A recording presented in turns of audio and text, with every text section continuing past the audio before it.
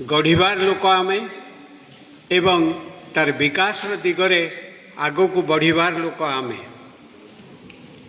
2 वर्षर गोटे पराधीनता भितर पेशी होइतिबा गोटे जाति पुणी उठिबार चेष्टा कला एवं आज विकास 80 वर्ष पदार्पण करिछि। आज ये दिन में से प्रकृति स्मरण करिबार कथा जो माने आम पाई निज रक्त निगाड़ी देइथिले स्वाधीनता पाई। अरविंद कहिथिले जे मनीषर स्वाधीनता होची अधिकार। स्वाधीनता प्रत्येक भारतवासींकर कौन समग्र मानव जातिर निजस्व अधिकार या को कहीं छड़े नहीं पारिबे नहीं। तेणु से भली महान व्यक्तित्व मानकर बलिदान त्याग एवं देश प्रति समर्पित मनोभाव आमको आज यही आसी छिड़ा करे देइछि। भारत को गढ़िबार दायित्व आम उपरे न्यस्त रही। गणतांत्रिक पद्धति रे आमे चलीचे एवं आज 3 जनकर कथा मने पड़े विशेष भाव में।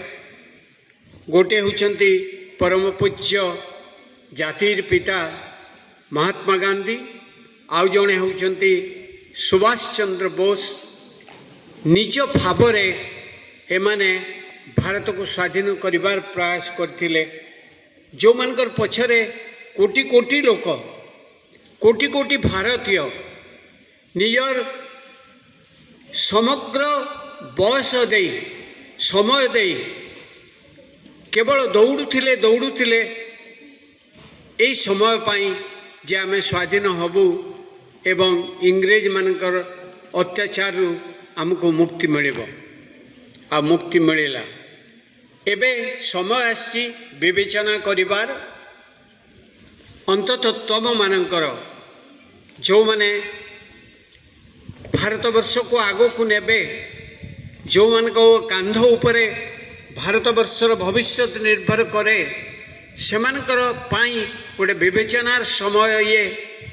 एवं जेहेतु आमे विश्व रे निजको प्रतिष्ठित करबा पाई एबे संग्रामरत से संग्राम रे झास देवार अछि। स्वाधीनता मिलगला परे शिथिलता ठीक लगे नहीं।